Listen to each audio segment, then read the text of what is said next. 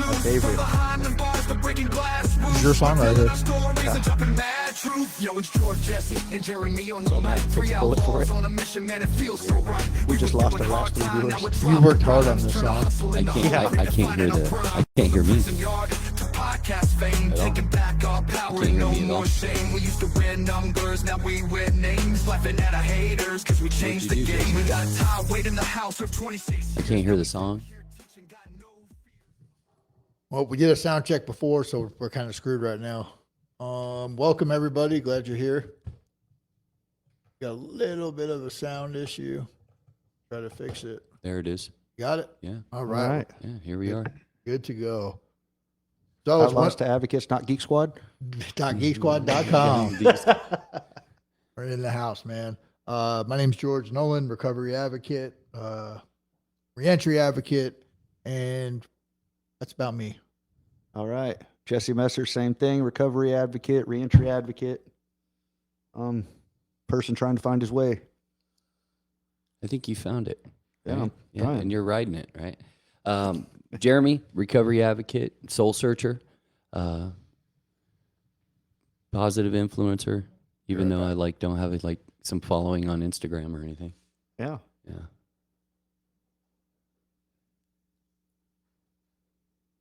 You're a great cameraman, George. Yeah, he's good, man. Good. That's why he gets paid the big bucks. Yeah, well, we're doing this barefoot with a dog running around crazy, and things are happening, but at least we got here. We're on. Tonight we're going to talk about bullshit. We hear a lot of bullshit in our lives. I don't care if you've been to prison, if you haven't been to prison, if you've been on drugs, if you haven't been on drugs. Every walk of life you hear stuff that's just not true, stuff that you might believe, stuff that could potentially hold you back. So today we're gonna go through that. And I was talking to Ashley this morning, actually, and I read a quote, and it was really, really cool, man. It said, lions don't lose any sleep over the opinions of sheep. Yeah. I was like, Yeah. fucking right on, dude. Yeah. Right on. Because everybody's got things to say, and they got their opinions, and they got this and that and their perspective, and they're entitled to it, and that's awesome. And I love those people. But I'm not going to lose any sleep over it. You guys? No. No, Not one gonna bit. lose sleep. Absolutely. Spent too many years losing sleep over what other people thought. Not anymore. I'm saying. Chris Stewart, what's up, buddy? Glad you're here. So, talking about reentry, Jess, when you came home or when you were in prison, or we got cheat sheets too tonight, guys. What's something you heard that you believed and that you worked hard and found out wasn't true? Well, one of the things that I heard was that, being a felon, even if you work in behavioral health as a peer support specialist, you'll never be able to work with children. Adolescents, that's one of the things that I heard. That's true. Is it? Yeah. Because I work with adolescents. Really? Yeah. Unbelievable. I guess I was wrong. Absolutely wrong. That's great, man. That's great. How did it feel to overcome that and to figure that out and to learn that it's a possibility? I'll tell you what, when I got out and I stopped listening to what everybody told me the entire time that I was in, and I just started living in my purpose, I started learning that 99% of the shit that I heard was bullshit, just like you said. And really, there's a lot more doors and opportunities open to people like us than I ever would have thought. No. Really, the felonies aren't as big a barrier today as they used to be, or as I used to think that they were. I don't even know that they really were in the past. Because even in the past, anytime I was in a halfway house, I could always find a job. Nice. So, I mean, I really almost think that it was just, negative stigma, self-stigma, stuff that I believed, and just none of it was true. Yeah, it's easy to believe. And Kristen Day's on here trying to steal you for a podcast on, I believe it's, I don't have my glasses on. I believe it says the 25th. How you doing, Kristen? Kristen Day's in the house. Yeah. Green hair and everything, man. She ain't playing. What about you, Jeremy? What's something that you heard or were told or? Well, I think, so when we were at the Second Chance Center, that whole entire time, like when I was incarcerated, I was thinking, well, I'll never be able to, own a home or, be able to rent a property. And there was this gal that came in, and educated us on the crime-free addendum and what that means, right? And if you have a felony on your record and you can afford that property, you can move in anywhere. No. You can move in anywhere. And it was trifling to hear how predatory these property management companies have become over the course of the last few years by just denying people. Because technically they don't have to give you a reason, right? But they can sure take your money. Yeah. And so it's nice to see that there's some movement, at the Capitol on, issues like that. So. Oh, Yeah. man. Yeah, it's crazy. I'm just thinking about my journey, and I'm just thinking like everything that I've done since I've been out has been something that the majority of the prison population spent my entire time telling me I couldn't do it. I mean, they told me that I could never get a level 1 fingerprint clearance card. Almost everybody gets the fingerprint clearance card. Yeah. They told me you could never get it on parole. I got it on parole. They told me that you'll never make any money in behavioral health. I'm making pretty good money in behavioral health. They told me, I remember at one point you told me you couldn't make any money in behavioral health. because I heard it and I believed it. I was like a parrot. What did you do too? You're like, first day on the mine, you're like, wait a second. Yeah. Wait a second. You went to the mine at work, right? Oh my God. Let's not even get into that. Let's hear about that day. Let's hear about that day. Yeah, so I got out and I got so wrapped up. I got so wrapped up in thinking that I needed to make money, because my entire life I had based my success on how much money I had or what I had. Because my self-worth was so low, that's what I thought I needed to be valued in society as somebody that made it, that had arrived, right? And what I found out was that, that's so far from the truth. I mean, I took a job at a mine when I first got out, just because the pay was really well, thinking, well, I'm going to make a lot of money. Everything's going to be good. I'm going to be successful. I'm going to show everybody how good I'm doing. I'm sober. I remember I was there one fucking day and I hated it. I wanted to put a fucking bullet in my head. It sucked. And I was like, what was the pay? it was almost $30 an hour to start right away. Yeah. But it was just one of those things to where immediately I was convicted and I knew this isn't what you're supposed to be doing. This isn't what your life experience is for. This isn't what everything that you've been through is for. This is not why you are here, to work at a fucking mine, dude. Yeah. What was the conversations like at work that day? There was no conversation at work. It was training. I was miserable. I was convicted. It was almost like relapsing after a long stint of sobriety when you just can't even enjoy the high because you just feel like, man, this fucking sucks. I'm an idiot. That's how I felt at the mine. It's like, this fucking sucks. I'm an idiot. Yeah. And it was just one of those things to where it was like, man, this is so far from why I'm here on this earth that I just couldn't do it. And having gone into behavioral health, I mean, my life is just the trajectory of the last year, where I'm at today and where I was when I got out, where I was at a decade ago when I was on the street, is so far beyond any comprehension that I ever would have thought was possible for myself. And I'm just getting started. Yeah. It's amazing. Awesome. Year out. Yeah. Got a job you love, making a livable wage. 3 happy. vehicles, 750 credit score. Well, one's your brother's, but. You're so stupid. They're mine. A bike, a truck, and an Audi. They're all mine. Oh, that's right. I forgot, man. That's right. Yeah. That's awesome, dude. Yeah, it's good shit, man. It's like you said about the mind thing. I got moved from Globe. I've been in peer support for a minute. I got moved from Globe to Second Chance as a peer. But the way it works there is you show up there, you get a different job, and you hang around those guys and volunteer your time and see if you're a good fit for the program. It's kind of the way it works. And so while I was doing that, they put me on a maintenance crew. That crew was pretty fucking live, dude. Yeah. And I was like, I do not want to be around this crew. I'm up on ladders. There's shit going on down there. I'm like, dude, you guys give me a fucking ticket. I'm going to be pissed the fuck off, dude. But that was my learning lesson, because there is other opportunities, right? There is other opportunities. And even if I could have gone and done them, I didn't want to be exposed to that shit. I'm not saying it doesn't happen in behavioral health, but at least if it is happening somewhere, they're usually hiding it, right? It's not out in the open or celebrated or whatever.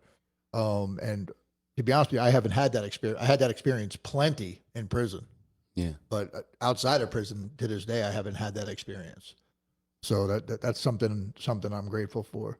And you brought up Raquel, who came into the Second Chance Centers, and she's awesome, because that's something else that I was told. Yeah. Can't buy a house because you have to have 2 years of income coming in and all this other stuff. I talked to realtors who told me that. Yeah. Realtors who didn't get that commission when Raquel hooked me up with her realtor and we bought this house. Yeah. Right? People that are doing this for a living. And I remember talking to one realtor, and we started getting into the financials, and I was like, listen, man, I'm just going to be transparent with you. This is my background. Don't have income for the last 2 years. I was in prison until a few months ago, and is that going to be an issue? You know, he's a regular dude. You know, I get it. He's like, I don't want to hear about it, bro, but you know, I'll work with you. Yeah. No, you won't, dude. I'm good. Yeah. So I called Raquel back, and I was like, hey, do you know a realtor who's willing to work with some dude who just got out of shop? Oh yeah, absolutely. I got you. Yeah. And between her and Jennifer Hogbeck, it was just, it was a great experience. And it's one of those things that if I would have listened to all the people that said this, that, and the other, and on the other side of that realtor thing, that level 1 fingerprint clearance card, right? Getting told we can't do it, can't get it, probation, parole. Well, you got it on parole. I got mine on probation. You can absolutely fucking do it on paper.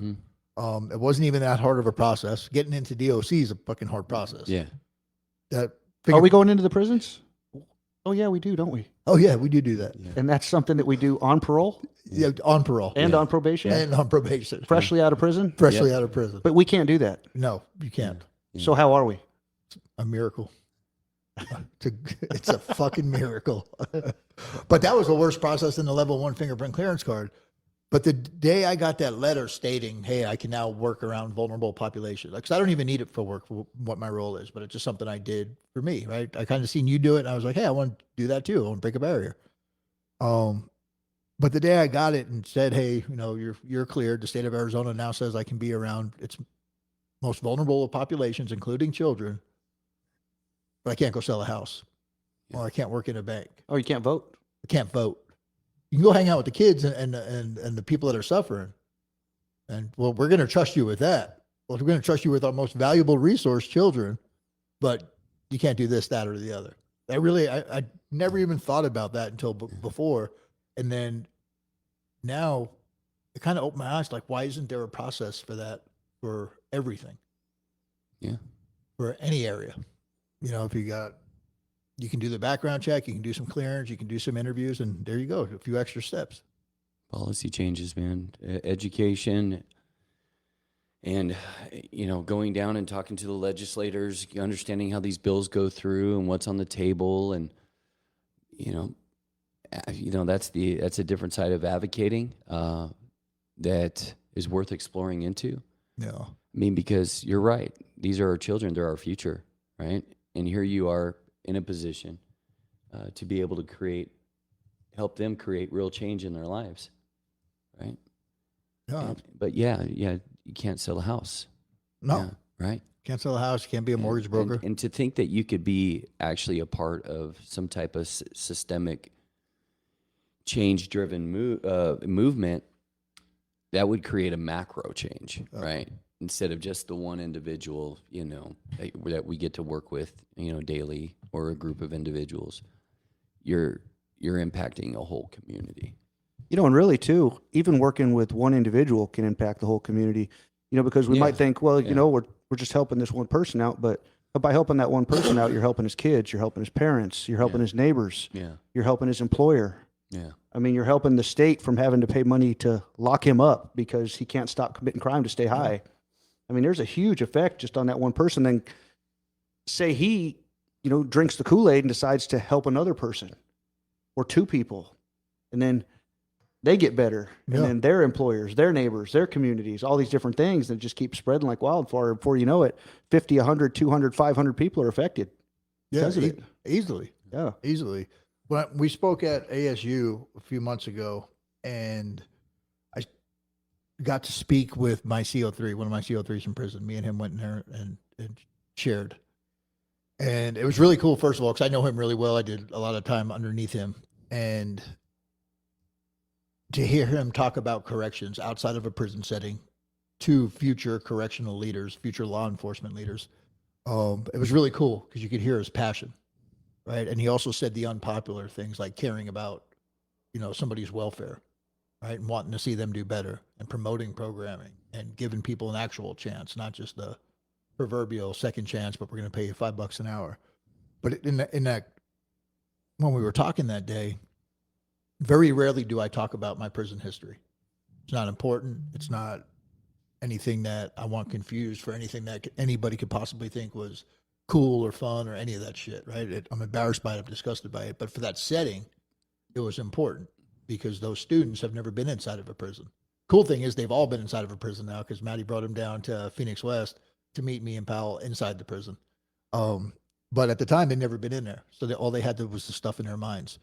So I was able to talk to him about that a little bit. And I did it with a little bit of intention. So at the end of it, they didn't like me. Right. And then I acknowledged, I was like, I don't like my story either. I don't get it. I was like, I get it. You know, if you don't like me, but you don't have to like me. My mom, my kids, my grandkids, all those people, they didn't do anything wrong. My neighbors that I'm coming home to, they didn't do anything wrong. Not necessarily even about that person. That helps with compassion. If that helps people to do their job and affect change, you don't have to do it for that person. Because 5% of the prison population is coming home. And if you're going to be in that business, being in that business and hating people that are incarcerated, that's a recipe for disaster. Absolute recipe for disaster. Well, and even not even being in that business, like you said, 95% of the people that are incarcerated are going to come home. So even if you don't want to work with the justice system, you don't want to work in behavioral health, these people are still coming home. They still have to come back into society. They still have to work. They still have to learn to be responsible, productive members of society, or else they're going to terrorize your neighborhood like they always have. Yeah. They're going to be the ones that your kids are getting high with. They're going to be the ones stealing your stereo out of your truck. They're going to be the ones stealing your trailer that has the tools in it. They're going to be the ones stealing your identity. They're going to be the ones breaking into your house. Or they can be the ones helping your son get better because your son's got a substance use problem. Yeah, that's what blows my mind because it's such an interesting contrast, right, between the victim who wants and deserves justice and then the ineffectiveness of people being punitive, right? It doesn't work. If it fucking worked, it would be working. It hasn't worked since the beginning of time. There's tons of data to show it doesn't work. But they don't want to coddle people that are in prisons. Well, here's the thing. Yes, justice for the victim, 100%. Being removed from your family, from your friends, from your society, from most of your decision making. That's a huge punishment. But what if we could change the whole, and this is going all the way over to the other side, but instead of people fearing going to prison, because I was fucking scared to death, and I walked onto a 2-yard in Douglas, right? And I was terrified, dude. I was absolutely terrified my first time going to prison. And what if we somehow could do the work and change that where people weren't terrified to go to prison because prison was a place where people went and healed and rehabilitated and learned and came out better people? Because most people, granted the 3 people at this table, we're the exception. Yeah. Right. And I don't mean that in an arrogant way. Just responded well to it, you know. Yeah. The third time, 17 fucking years later. Yeah. I made a change inside there and used a little bit of stuff that they had in there to turn and grow. And I think the 3 of us did the same. But most of us, and the first 2 times I came out of prison way worse. My morals were down, my everything. I just came out way worse. That's all that fucking matters. What if we could get people coming out better? And it's not going to work for everybody. But in order to move in that direction, we have to do new things. And that's why I love with the new director they got with that reimagining corrections. And the things that he's doing in there, and the art studios, and people, oh, there's art studios, but what do you want them to do? Yeah. Sitting there in a fucking cage, hate cops, hate authority, hate everybody, be fear for your life every time the doors crack, and then get out and be productive. It doesn't fucking work. And he's doing more than anybody's ever done for us. Right. Yeah. 100. Like him or don't, he's doing more than anybody ever has. 100%. He's affecting real change, man. And it's really cool to see that. And it's trickling down. You see it. I just had an experience with parole. These 2 parole officers, the parole officer and the supervisor, they could have locked this dude up super easy, right? He gave them all the ammunition they needed, everything, the easy decision for them. Lock him up and be done with it. They wouldn't have to deal with him again, right? Next time he got out, he'd be off parole. Yeah. Their job's over. It's off their caseload, but they did the work. They did the investigation. They showed up. They interviewed him. They went to where he was at in treatment, saw that he was working on himself, rescinded the warrant, and gave him an actual chance to take control of his future. Now his future's in his hands. Yeah. And I'd never seen anything like that before, right? Yeah. And that's kind of the norm with parole. They're working with people. I heard somebody say the other day, like, oh, you're on parole, you can do drugs. And that's one way for people in their sickness to look at things. And I get it. But that's not what they're doing. They're supporting people through those relapses, and hopefully into long-term recovery. Long term. Yeah. And it's not a free-for-all by any means, but just to see parole officers doing that work and genuinely making decisions that are the best for somebody, man, that's phenomenal. Yeah, it's almost like in a way that there's some underlying mandate to work with an individual unless they pick up new charges, Yep. right? You know, like, hey, like he's not on our radar, he's not under any type of investigations. So work with him. Absolutely. Try to get him help. Hey, old Kansas is on here. What's up, Jerry? How are you, man? Glad you're here. Well, JT. Glad you're here. No, Jerry Herr. Oh, Jerry So, Herr. I Not don't- Trafney? I don't want to put his business out here, but I've known him for a long time, Okay. man. He did a lot of time. All right. Really good dude. Working in peer support now, free as a bird, happy, Good for him. rolling around in a truck, doing good things. That's awesome, man. Absolutely awesome. Another thing I got told when I came out of prison, the prisons had already cleared me. I knew I was going back in. They let me back in literally the next day, but it was for a private prison. And I don't remember exactly where I heard it from, but someone told me that you couldn't go in there without a fingerprint clearance card. And I was just like, fuck, man. So I don't have that. I almost started working on the fingerprint clearance card first. And I was like, let me call. Yeah.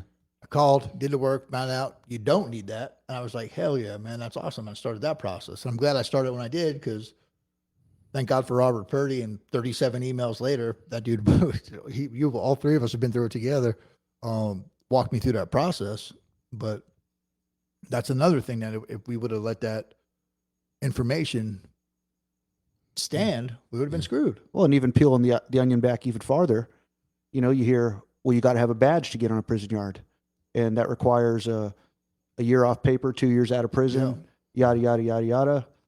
And that might be true in some cases, but it's also true that there is certain situations and circumstances to where that's not necessary, you know, but I was always told you can't get back in without a badge. And like you were told, you can't have a badge without a fingerprint card. And I was told, oh, you can't have a fingerprint card as a felon.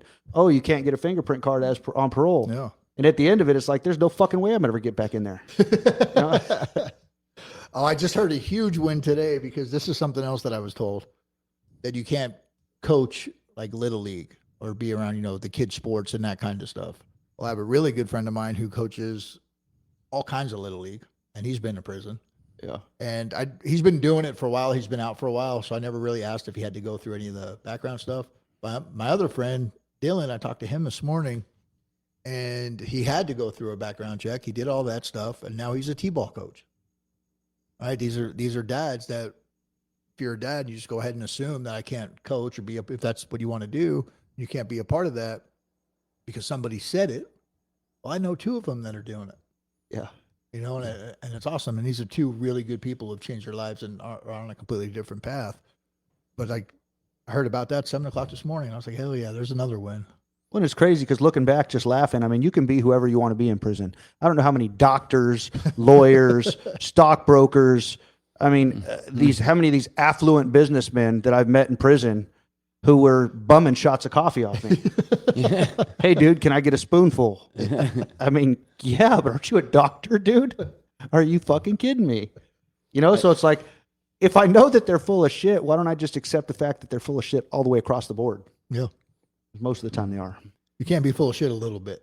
Right? I'm not just going to lie about this. It's going to pretty much transfer to anything that I don't want to tell or don't want to admit or whatever. It's just not, it's not a great. Yeah. And, you know, it's like these ever revolving conversations that people have while they're incarcerated really sets, you know, up somebody, you know, and ultimately when they get out and they've heard enough no's or I can't, and they live in that space, they're never going to get anything done. No. Yeah, another one that's I think is pretty important is you hear in prison a lot that you can't get a passport as a felon. No, that's a huge one. That's a lie. No, you can't. You can't. Yes, you can. Yes, You can? You can get a Oh passport. my God. I've gotten a passport on parole out of prison before with my parole officer's blessing. Really? Yeah. That's So amazing. you dude. absolutely 100% can get a passport as a felon. Yeah, that's something I've heard about forever. And my buddy Glenn, he's passed away now, Mhm. fentanyl overdose. When I was in prison and talking to him, he's like, "Oh yeah, I just went to I don't know some country, I forgot, Cambodia or something." And I'm like, oh, and I told him, I said, we can't get passports on. He's like, bullshit, you can't. He goes, I just went, dude. Like, I have a fucking passport. That's the first time I heard it, but obviously now I know that you can. Yeah. But yeah, that's another big one that inhibits. I just had a couple that I know go through a lightweight similar situation where the guy was saying he couldn't go because, his history. She's like, oh no, you can get him. Took him down there and got his passport. Yeah. And they just went out of the country. So it's pretty awesome. And Andy's going to Argentina this summer. He just graduated, got his master's degree. I'm not going to say where he works, but he works in a treatment center doing big things. And now he's off to Argentina. Masters, Argentina, just had a baby. Man, your life sounds hard, Andy. It sounds hard. Right on. Yeah, that's awesome, man. Andy, I don't even know if Andy knows this, but we were at Graham Unit. And I was working in a program doing the peer support thing. And one of the guys that was in that program, Andy was their sponsor. And they were out there doing yoga. And some dickhead went over there and was, Dad, that's whatever they say about yoga, right? Said some dumb shit. And I was pretty riled up. We had our little meeting after they got done with the yoga, just because that's what time we scheduled it for. And he was in there and he was pretty worked up. And the next day, or whenever our next meeting was, he comes back to the meeting, to follow up, and we're talking. And I'm like, so how'd that turn out with that dude? He goes, man, Andy, I went to his house. We started making burritos. And I was like, what are we doing? And Andy used to make burritos and kind of go give them to the people who didn't have money. Didn't get love from the streets, whatever that looked like, kind of service work. And they brought that dude a burrito. And the guy's like, what's this for? For you, man. You want a burrito? Yeah, I guess. Gave him a burrito and I walked away. I don't know if he ate that fucking burrito. I wouldn't have. But just that was like such a genuine act of kindness. I was like, man, I want to be like that dude. I wouldn't even have thought to do something like that. I don't even think today I would. I'm a lot further along in my recovery. But just such an intentional act of kindness directed just at a ignorant act. And it was a huge lesson for me. And I remember when I first got to that unit, and he was a big 12-step guy, and he was teaching, and he was like, when you get your, not peer support, but when you get your peer facilitator thing, they had like a Peer little mentor. peer mentor. They had a little class that you had to take that Andy taught. And so he was doing all that cool stuff, and I was trying to get sober, but I wasn't fully sober yet, and I was still not anywhere near like really a caring attitude, but I wanted to be better. And I remember looking at Andy, I'm like, man, that dude is just so carefree, running around here, just full of joy. I was like, doesn't care what anybody thinks, just being himself. And he was just such a true person. I was like, man, I wish I could be like that. I didn't think I could, but I wish I could be like that. He had a huge influence on me. It's awesome. Really, really, really cool to see. And now he's out here just crushing it, man. Absolutely crushing it. So good to see you, Andy. Glad you're here, man. Catherine's on from the Eris Foundation. I believe she's locked in for next Wednesday. Nice. I believe. So I'm saying it out loud in public. So now she's kind of obligated. Wonderful. Hopefully we get to see you next Wednesday, Catherine. And I talked to that person you talked to me about today, and he's all set for tomorrow. We got him in somewhere. So, what about people who re-enter always reoffend? Yep, she's in for Wednesday. I would challenge that statement. Definitely. But I have been on the other end of that.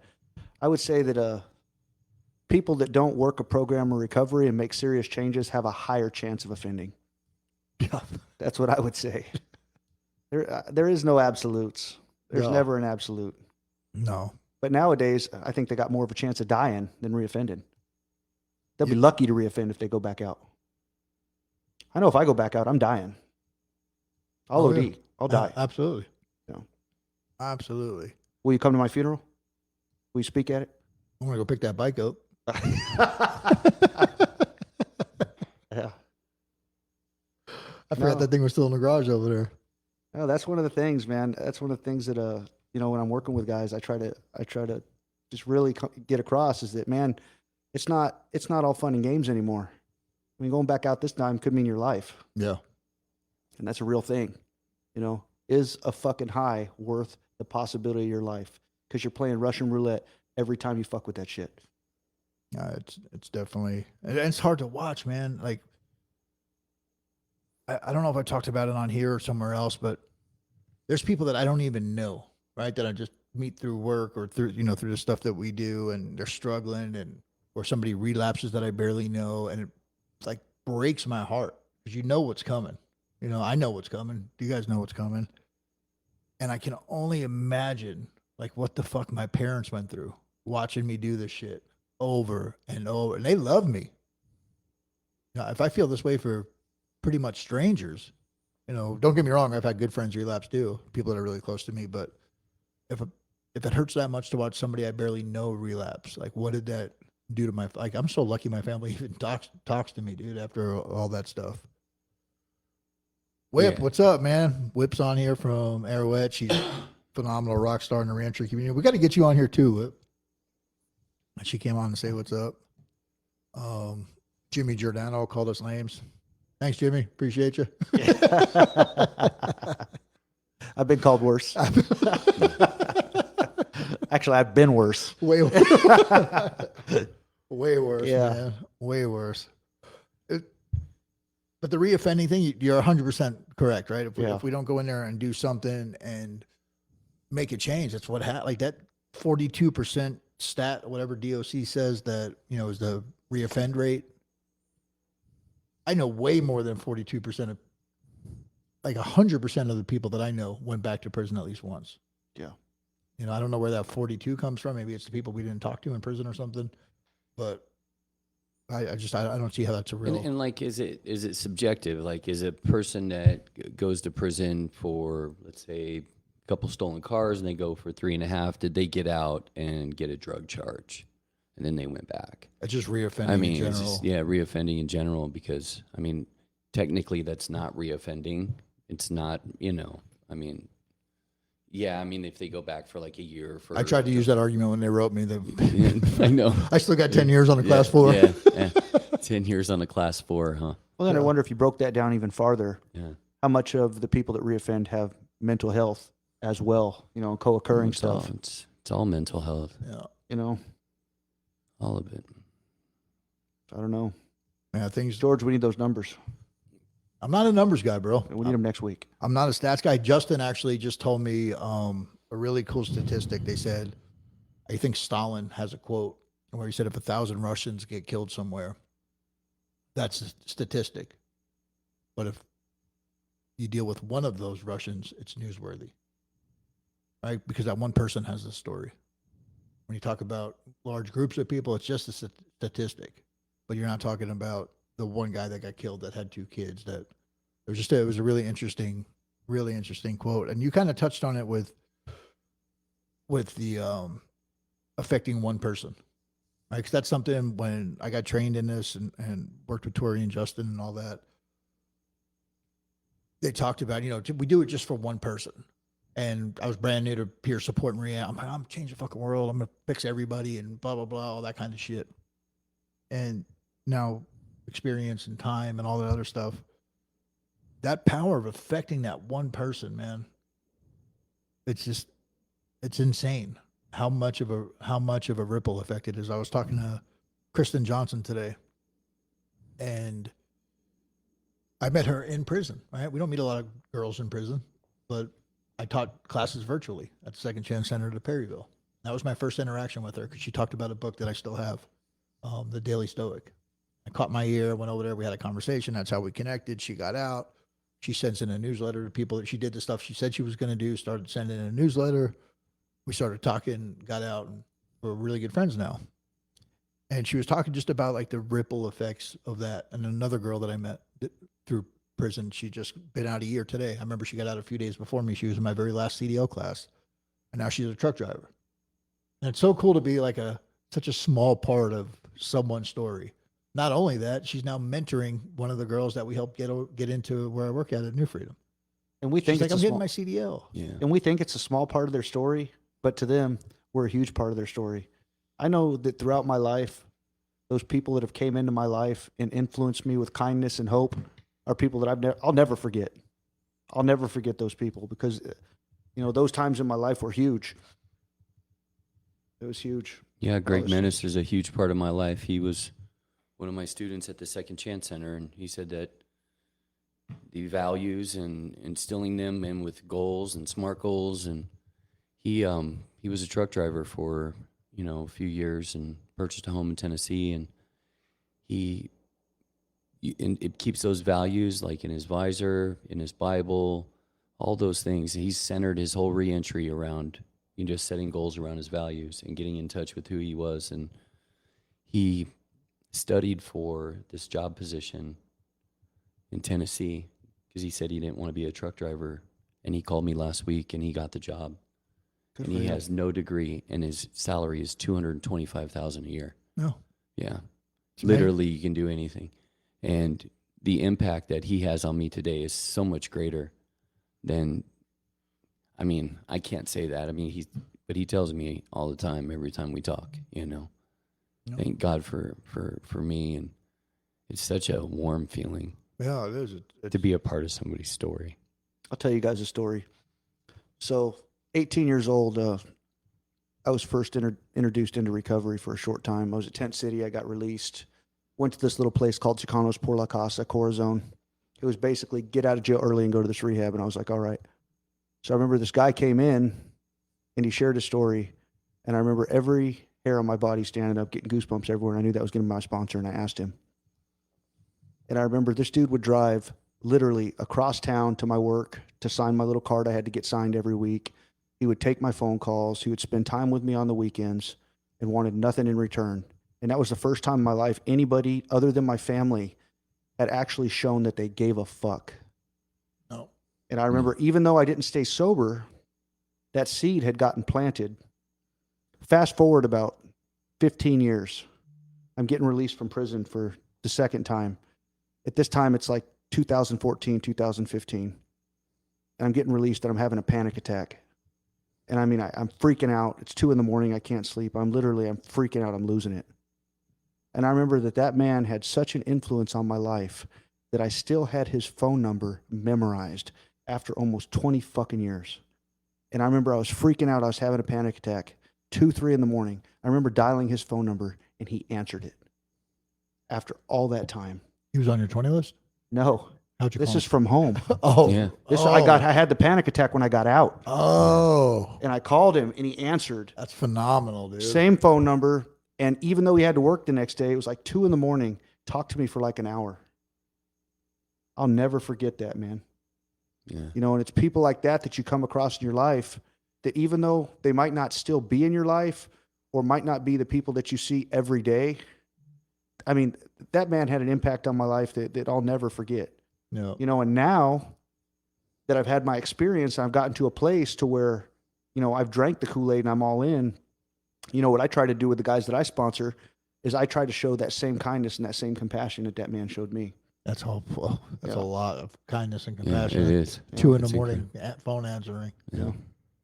Yeah, After 15, 20 years. that's amazing, dude. Yeah, it was crazy. That's why I always, if I wake up in the middle of the night, I check my phone.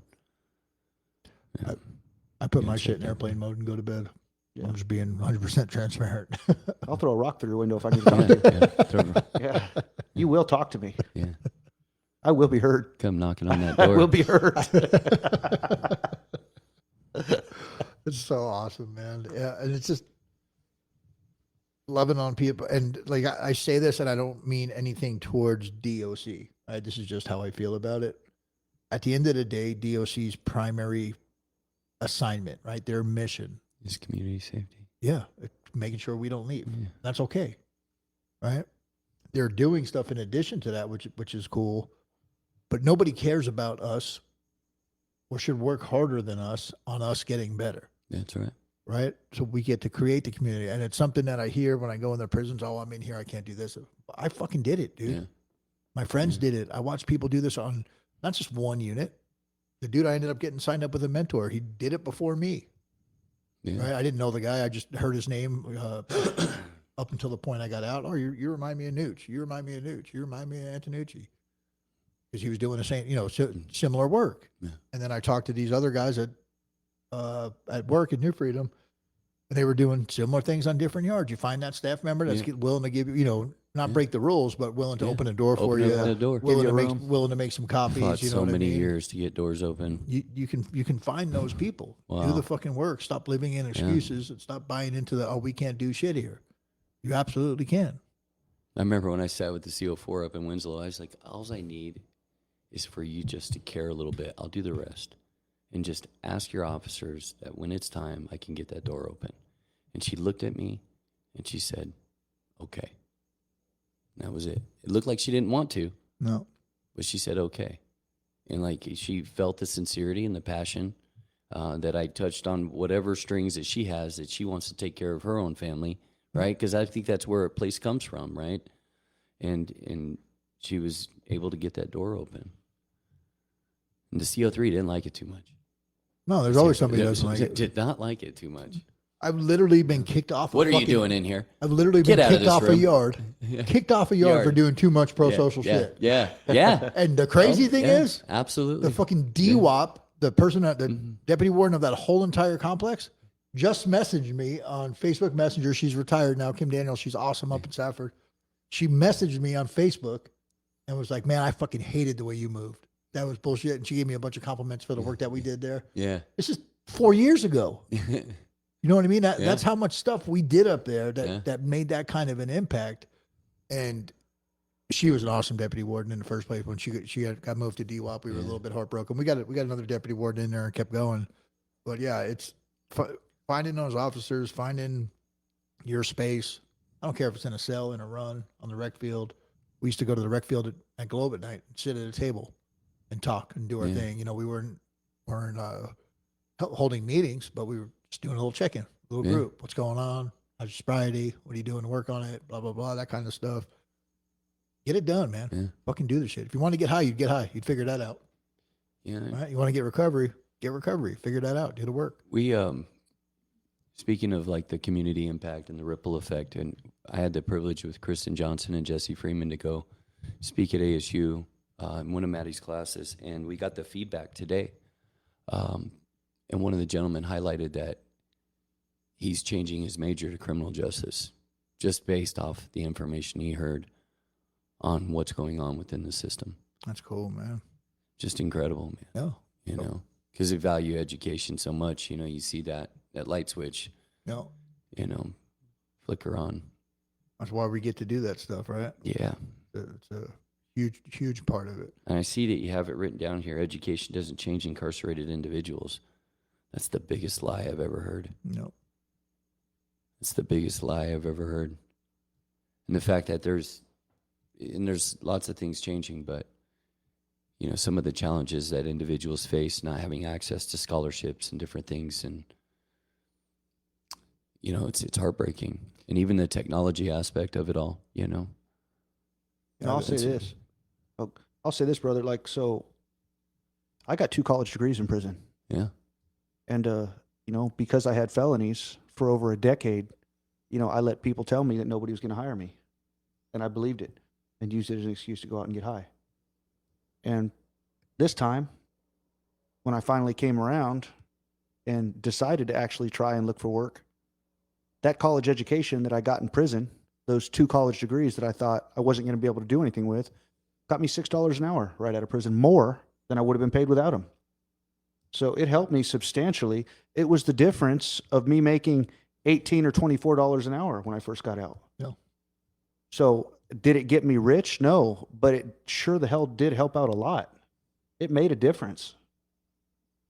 You know, I bear witness to, you know, Angelo receiving the all academic scholarship this year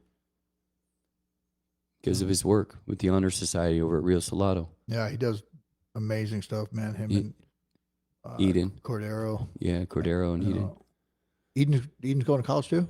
I don't know. Just that nonprofit work that they're Oh, doing yeah. over there, Yeah, and the absolutely. connections that they made. But yeah, Jamie Whipple put on here, she said, you never know the impact you have on those you see and those you don't.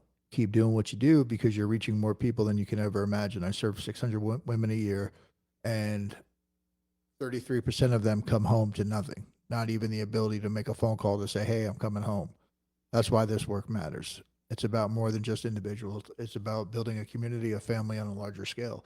And if you look at us now, we're proof that second chances work. There's a whole group of us out here breaking the cycle, staying free, and thriving, right? And from all different walks of life, dude. Yeah. From, men, women, all different ethnicities, all different backgrounds. And it's something we talk about when we go into prisons. Like, we're not the only ones doing this. Yeah. We're not out here, and I use the term flipping burgers just as a rep. Like, we don't have just get by jobs. Yeah. We're all in our passion, right? Including Jamie for a fact, Andy, most of these people that are on here tonight. We're all out here in our passions, doing the work that we love, waking up happy every day, surrounded by support, surrounded by love. It's just, Andy said you can be a licensed therapist with education and have felonies. It happened to me. No, he's a licensed therapist over where he works at. And I don't know if we're supposed to talk about your work, Andy. So, but yeah, he's a licensed therapist. I know also when I talked to Andy I believe when I had just gotten out or when I was still incarcerated, he was working in a high school with kids. No, you can't do that. No, you can't do that. You definitely can't do that. He was doing it. It's just, it's unbelievable, man. So it's really cool to see people out here just dream chasing, believing in themselves, acting like human beings, feeling love, being loved, loving themselves, having self-esteem, showing up for each other. It's just, it's phenomenal. And that's a big part of why I think it's so important to have people in your life that are going to add value to you, that are going to add motivation, that are going to uplift you. Yeah. That aren't just going to bring all that negativity and that nonsense. Yeah, all the bullshit. I don't need to hear nonsense over and over forever to the point to where I start believing it. Yeah. I don't need that. It's the truth. It's all 100% of it is who you surround yourself with. I'm reading a book right now called No Ego. It's about reality-based leadership. Read that book. It's Awesome. incredible. And there's a quote in there. I read it this morning, and it says the most resilient people have the most meaningful networks. And it really, having that network just increases your resilience. You're able to get through, to move through things tenfold. And I bring it back to Justin again. Justin's kind of become a mentor of mine. He's helping me walk a certain way. And when I don't know stuff at work, that's who I go talk to. And I told him about the stuff that I had going on between school and the house and work and all this new platforms and all this other, administrative shit that I don't know. He's like, man, are you uncomfortable? I said, fuck yeah, dude. He's like, isn't that where we're supposed to be? It reframed instantly in that moment. Yeah, I'm growing, dude. It's supposed to hurt. It's supposed to suck. This is how we learn. And I was just like, it really, really helped my mindset, because I'll just be honest, before when I was just doing the outreach stuff, to me, that stuff comes kind of natural. I can go out to events. I can talk to people. I can document it a little bit and Kiss follow babies. up. Yeah, I can shake hands, kiss babies. I can do that all day long, right? That's kind of my skill set. We all got our skill sets, right? That's part of my skill set. But moving into this role, it came with a whole bunch of other stuff that I don't know. Yeah. And now I'm getting to learn that stuff. And then it's really cool to have people around that are going to see when you're challenged. We talked about it today, right? When you're inside the jar, it's hard to see what's on the label.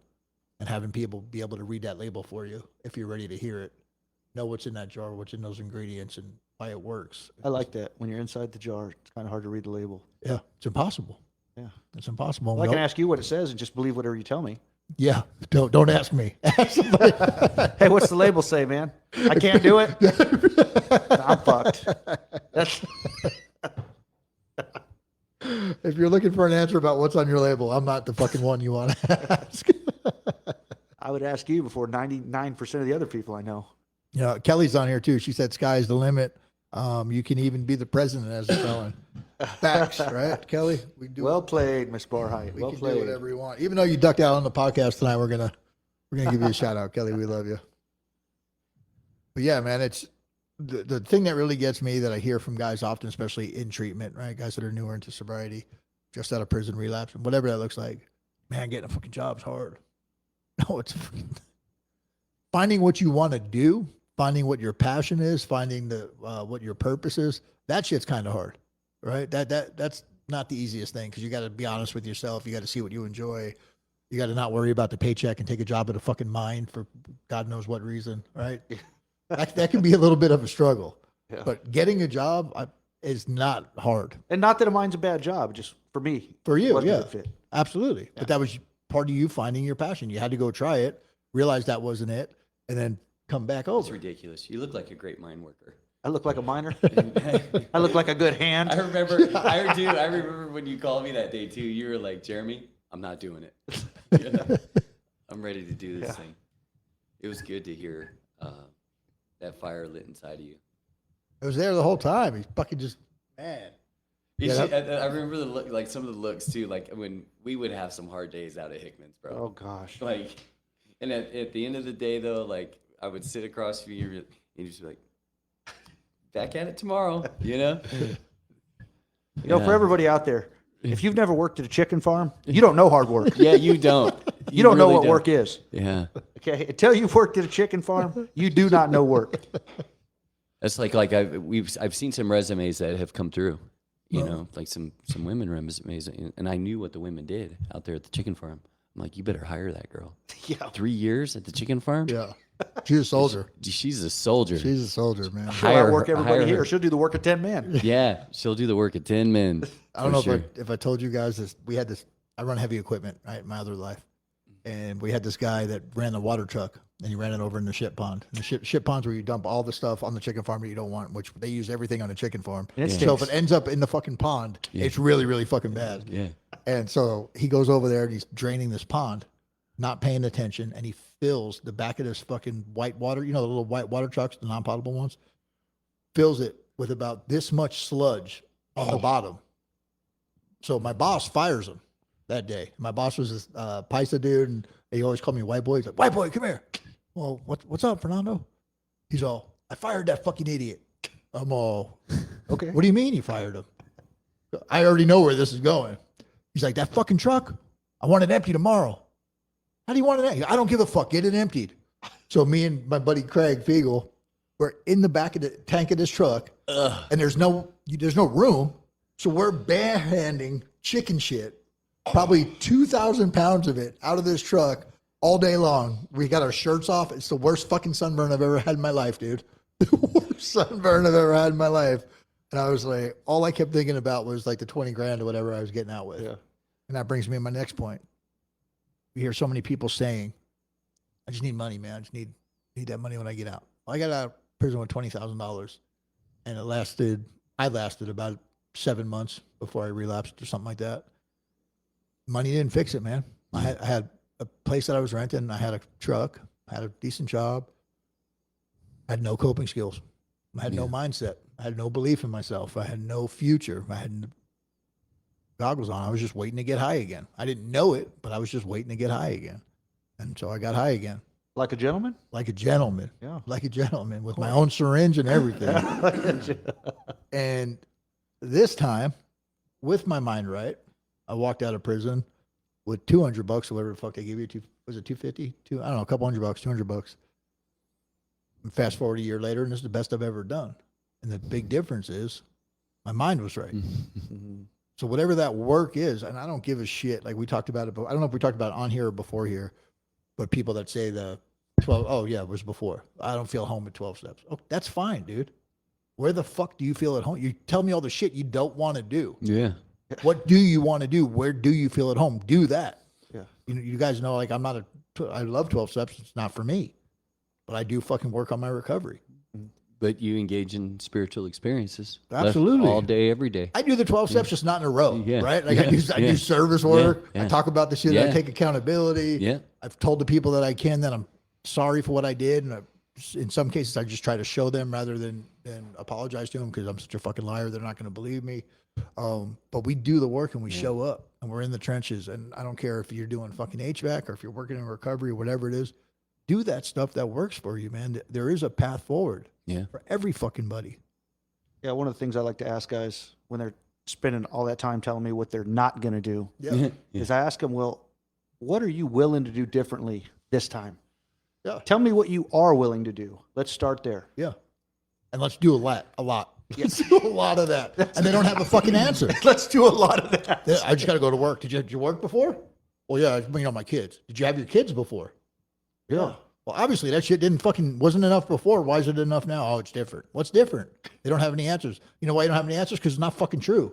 Because it's not different. Because you ain't willing to do. It's the same thing. It's the same shit, man. It's the same shit. Yeah. Well, we're getting into our last You know, couple minutes here. We got gotta about a say- minute left. I gotta say, man, at the end of the day, my greatest asset was going to prison and paying for my time, for my crime. It really hit home for me this time, and I never look back. I never look back. No. You can't unring a bell. You can't change the past. No. So, and I'll never forget the way Jesse laughed at me when I fell on the ground in the back of the barn when I slid in chicken shit. Oh. I wish I had that on video. We'd post it. God, yeah. There was maggots all over the ground. The ground was moving. Oh yeah, absolutely. Yeah, I won't say myself that my greatest strength is prison, but I will say this, that it took prison. Yeah. It took prison to get me to a place of surrender and defeat to make me want to change, man. Just got to the point to where I just got sick of being there. Yeah. Just became our greatest asset. Just got Really. sick of being there. I gotta be honest, man. Like, I'm almost a year out, and I'm almost over talking about prison. Yeah. Right, I'm still gonna be in the reentry space. I'm still gonna help people move forward and be a part of. Mari, what's up, man? Good to see you. Mari Morgan. Mari Morgan. She said, "What's up?" But I was talking to a friend of mine, and he's like, "Man, if you're still talking about the same stuff, you're not growing." And there's plenty of people that can work in and talk about prison forever, but just along with their growth, Mm-hmm. right? And it's just it's weird the kind of stuff that I have going in my head, because for me, prison's not the solution. Substance use, not the solution. Like, getting better is the solution. Let's talk about getting better. Let's talk about what that looks like. I'll meet you where you're at. If you just got out of prison, we talk a little bit about prison, but let's move forward. Yeah. Marla said the coolest thing this week to me. God bless her. She was like, she was talking with one of her friends over the phone. She's like, you know what? I get that you're dating somebody that was in prison and stuff, but you know what? My man never talks about prison. Ever.